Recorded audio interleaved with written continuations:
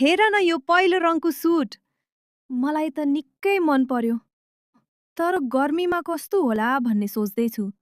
पहेँलो रङ त अहिले एकदमै ट्रेन्डिङ छ गीता। झन् गर्मीको लागि त यो ब्राइट रङ झनै राम्रो देखिन्छ। यसको कपडा चाहिँ के रहेछ? यो प्योर कटन हो रे। मलाई त गर्मीमा सिन्थेटिक लुगा लगाउनै मन लाग्दैन, जिउ चिलाउँछ। त्यही भएर सुतीकै खोजेकी हुँ।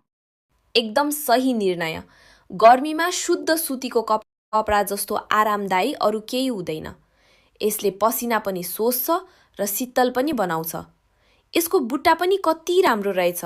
तिम्रो कुरा सुनेर त मलाई अहिले किनिहालु जस्तो लाग्यो। ल हिँड, यो सेट प्याक गराउँछु। पक्कै पनि। पहेँलो रङले तिम्रो अनुहारमा अझै चमक थप्नेछ। हिँड जाउँ। श्री लक्ष्मीनारायण वस्त्रालय, SLNB।